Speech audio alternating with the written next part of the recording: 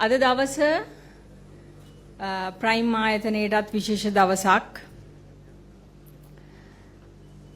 ඔක්කොටම එන්න බැරුණත් අපි කීප දෙනෙක් එක්ක අපි ඇවිල්ලා අද මෙතන ඉන්නේ. අර ඔබ මෙතන දැක්කා වගේ අහස උසට ලස්සන බිල්ඩින් හදන ලංකාවේ තියෙන දැවැන්තම දීපල වෙළඳාම් සමාගම ප්‍රයිම් ආයතනයේ හැටියට වඩා අපි අද මෙතෙන්ට ඇවිල්ලා ඉන්නේ මේ රටේ මිනිසුන්ව දැනෙන ඒ අයගේ දුක ඇහෙන සහ ඒවට විසඳුම් දෙන්න උදව් කරන්න පුළුවන් මහ පොළොවේ පය ගහලා ඉන්න මිනිස්සු ටිකක් ඉන්න ආයතනයක් හැටියට. එහෙම ප්‍රයිම් ආයතනය හැටියට. පොලිස්පතිතුමනි මුලින්ම මේ වගේ දැවැන්ත කාර්යයකට අපිට අවස්ථාව දුන්නට අපිට ආරාධනා කරාට අපේ කණ්ඩායම වෙනුවෙන් අරුණ ලේකම්ගේ මැතිතුමාට සහ මේ ඉන්න සියලු දෙනාටම අපි ස්තුතිවන්ත වෙනවා. අපි හිතනවා මේක අපිට ලැබිච්ච ලොකු අවස්ථාවක් කියලා. මොකද අපි හැමෝම ජීවිතේ බොහොම අවාසනාවන්ත විදිහට විඳපු යුද්ධෙන් සහ මේ වගේ හැම ස්වභාවික විපතකදීම වෙච්ච ගමන් අපි හැමෝගෙම ඔළුවට එන්නේ මේ යුනිෆෝම්ස් ටික. ඒක පොලිසිය වේවා නැත්නම් අනිත් ආරක්ෂක අනිත් ආයතන වේවා මේ යුනිෆෝම්ස් ටික තමයි අපිව බලාගන්නේ කියන එක දැන් මේ අවුරුදු දශක ගාණක් තිස්සේ අපි ජීවත් වෙලා ඉන්න කාලය තුලම අපිට ඒක ඔප්පු කරලා තියෙනවා. එහෙම කරන වෙලාවට තමන්ගේ පවුල කොහෙද ඒ අය කොහෙද කියලා හිතන්නේ නැතුව පුළුවන් හැම කෙනා වෙනුවෙන්ම කැප වෙන මේ උදාර මිනිසුන්ව අපිට අගයන්න ඒ අයගේ සේවාව වටිනාකම අපිට දැනෙන බව දන්වන්න අපිට ලැබිච්ච අවස්ථාවක් හැටියට තමයි අපි මේ මොහොත විශ්වාස කරන්නේ.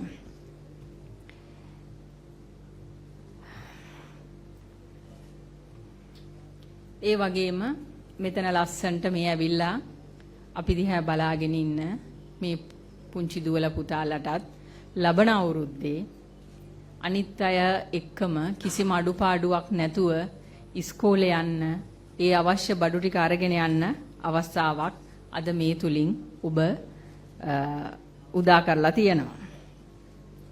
ප්‍රයිම් ආයතනය ගත්තොත් අර මේ වීඩියෝ එකේ තිබුණා වගේ පුංචි ගයක් වගේ පුංචියට ගොහොම පුංචියට අවුරුදු 30කට ඉස්සෙල්ලා අපි මේ ආයතනය පටන් අරගත්තට අපි දන්නවා අපි මහන්සි වෙලා වැඩ කරත් අපි පෝෂණය වුණේ අපි හැදුනේ අපි ලොකු වුණේ මේ රටේ මිනිස්සුයි ඒ මිනිස්සුන්ගේ මුදලිනුයි ඒ මිනිස්සු අපි ගැන තිබ්බ විශ්වාසයයි නිසා කියලා. ඒ අයට ජීවිතේ ඉන්න හිටින්න නිවිහනහිල්ලේ ඉන්න අපි හොඳ දේවල් ඉඩන්ද ගෙවල්ද මේ හැමදේම දෙනවා තමයි. හැබැයි ඔවුනුත් අපිත් එක්ක හිටපු නිසා තමයි අපිට මෙච්චර දුර ගමනක් ඇවිල්ලා අද මේ රටේ තියෙන දැවැන්තම ආයතනයක් අපිට හදන්න පුළුවන් වුණේ. ඒ වගේම ආයතනයක් හැටියට අපි විශ්වාස කරනවා අපි මොනවා හරි සමාජීය දෙයක් කරනවා නම් ඒකේ ප්‍රධානම දේ තමයි නම්බර් 1 ඉස්කෝල ඊළඟට ඉස්පිරිතාල. ඉස්කෝල අධ්‍යාපනයේ දරුවන්ගේ කියන්නේ අපේ රටේ අනාගතය. ඒකට අපිට වගකීමක් තියෙනවා. ඊළඟට ඉස්පිරිතාල කියන්නේ අපි හිතනවා ඒක අපේ යුතුයකමක් කියලා. ඉතින් අපි මේ දෙකට මේ අවුරුදු 30ක් තිස්සේ කරපුවා නැතුව මම නිකම් මතක් කරන්නම් අද මේ මොහොත වෙනකොට ප්‍රයිම් ආයතනය මොනතරම් මේ මොහොතේ කරගෙන යනවද කියලා අපි දැන් ටික දවසකට ඉස්සෙල්ලා බාර දුන්නා. කඩාගෙන වැටෙන්න තිබුණු පාසලක බිල්ඩිමක් හදලා ඒක මං හිතන්නේ ලක්ෂ 450ක විතර බිල්ඩිමක් හදලා ඒ පාසලේ දරුවන්ට අපි බාර දීලා තියෙනවා. කෑගල්ල රෝහලේ වකුගඩු ඒකකයට අත්‍යවශ්‍යම ඩයලිසිස් මැෂින්ස් දැන් ටික දවසකට ඉස්සෙල්ලා මැෂින්ස් 3ක් අපි දීලා එතෙන්ට අවශ්‍ය තව ගොඩාක් දේවල් අපි හරි ගස්සලා දීලා තියෙනවා. ඒ වගේම මේ වෙනකොට අපේ ආයතනය තුලින් මහර්ගම අපේක්ෂා රෝහලේ දැවැන්ත බංකර් එකක් හදනවා. අර අපි ඔක්කොම දන්නවා කැන්සර් පේෂන්ට්ස්ලට කීමෝതെරපි දෙන්න. ඒ අයට නිකන් බිල්ඩිමක් ඇතුලේ දෙන්න බෑ. ඒකට වෙනම බංකර් එකක් හදන්න ඕනේ. ඒක මං හිතන්නේ මිලියන 65ක් ලක්ෂ 650ක් විතර යනවා. ඒ තුලින් අපිට පුළුවන් කැන්සර් පේෂන්ට් කෙනෙක් මාස 6ක් වේටිං ලිස්ට් එකේ ඉන්න එක මාසයකට හෝ එකහමාරකට අඩු කරන්න. ඒ වගේම ඔබ අද ගියත් කළුබෝවිල රෝහලේ වාට්ටු අංක 36 හරියට ප්‍රයිවට් හොස්පිටල් එකක වෝඩ් එකක් වගේ අපේ ආයතනයෙන් නිතිපතා අපේ වැඩ කරන අපේ සේවක මහතුන් ගිහිල්ලා ඒවට අවශ්‍ය සියලු දේ කරලා අවශ්‍ය දේවල් දීලා අපි නඩත්තු කරගෙන යනවා. ඒ වගේම අපි මේච්චර කල් මූණ දුන්නට වැඩිය අපි හිතනවා මේ පාර අපි මූණ දුන්නේ බොහොම දැවැන්ත ව්‍යසනයකට කියලා. ඒ වෙනුවෙන් මේන සඳුදාට අපි ජාතික ගොඩනැගීමේ අරමුදලට ලක්ෂ 2000ක් මිලියන් 200ක් අපි අපේ ආයතනයෙන් බාර දෙනවා. එහෙම කරන්නේ අපේ ආයතනයේට මේ ගොඩාක් විසික් කරන්න තරම් සල්ලි තිබිලා නෙමෙයි. අපි එහෙම කරන්නේ අපි දන්නවා අපේ රටයි මිනිස්සුයි අපි රැක ගන්න ඕනේ අපි බිස්නස් තියා මොනවා කරන්නත් කියලා. අන්න ඒක නිසා ඉදිරියට මොන ආර්ථික ප්‍රශ්න වලට මුහුණ දෙන්න සිද්ධ වුණත් ආයතනයක් හැටියට අපේ සියලුම කාර්ය මණ්ඩලයේද අපේ මැනේජ්මන්ට් එක හඬින් ඒකට එකග වුණා. මේක තමයි අපිට අපේ රට වෙනුවෙන් කරන්න පුළුවන් හොඳම අවස්ථාව අපි මේක කරමු කියලා. ඉතින් මම ඒ වෙනුවෙන් රෑ දවල් නැතුව මහන්සි වෙන අපේ ආයතනයේ සේවකීන්ට හැම වෙලෙම ස්තුතිවන්ත වෙනවා.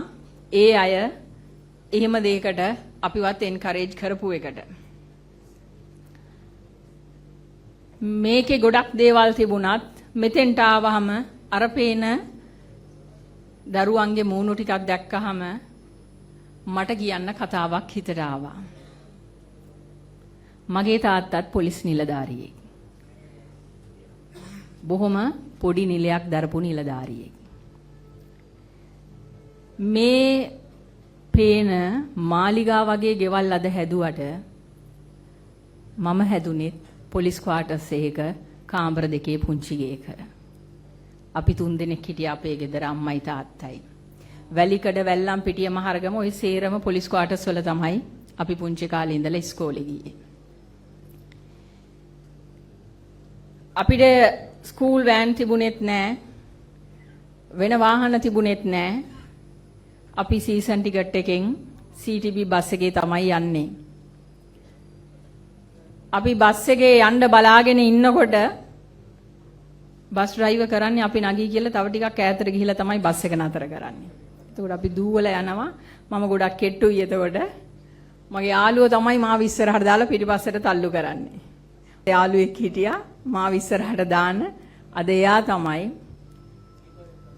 කොළඹ යුනිවර්සිටි එකේ ලෝ ෆැකල්ටි එකේ හෙඩ් ප්‍රොෆෙසර් කෝකිලා. ඉතින් පුතේ මම මේ කියන්න ගියේ අපි ඉන්න තැන හිටපු තැන වැදගත් නෑ ජීවිතේට. වැදගත් වෙන්නේ අපි ඉන්න තැනයි අපි යන්න හදන තැනයි. මේ පුංචි පුංචි දේවල් පොඩි පසුබෑම් ආවට ඒවට සැලෙන්න එපා. ඒවයින් අධෛර්යමත් වෙන්න එපා.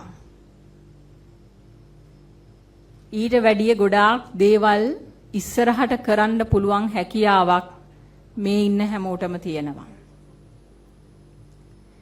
අන්න එහෙම කරන්න පුළුවන් ශක්තියක් ධෛර්යයක් ඕගලන්ට ලැබෙන්නත් මේ රටේ ඉන්න මිනිස්සු හරිම හොඳ මිනිස්සු ඉන්නේ. ඒකට හොඳම එක්සැම්පල් එකක් තමයි මේ හැම පාරම මොනවා හරි දෙයක් වුණාම අපි දකින්නේ. මොන තරම් අපි අතරේ ආරවුල් ප්‍රශ්න තිබුණත් කරදරයක් වෙච්ච වෙලාවට බොහොම ලොකුවට එකතු වෙන જાතියක් මේ රටේ ඉන්නේ. ඉතින් අන්න ඒ අයත් එක්ක නැකිටලා ඉස්සරහට යන්න.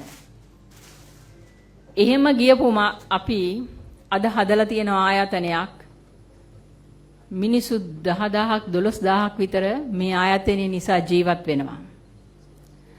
අපි එහෙම බස් එකේ ගියාට අපේ ආයතනයේ දැන් 450ක් 500ක් ඉන්නවා වාහනවල ගිහිල්ලා තමන්ගේ ළමයින්ව ඉස්කෝලේ ගේට්ටුවෙන් බස්සලා එන. ඒක නිසා තමන් ඉන්න තැන ගැන වොරි වෙන්න එපා.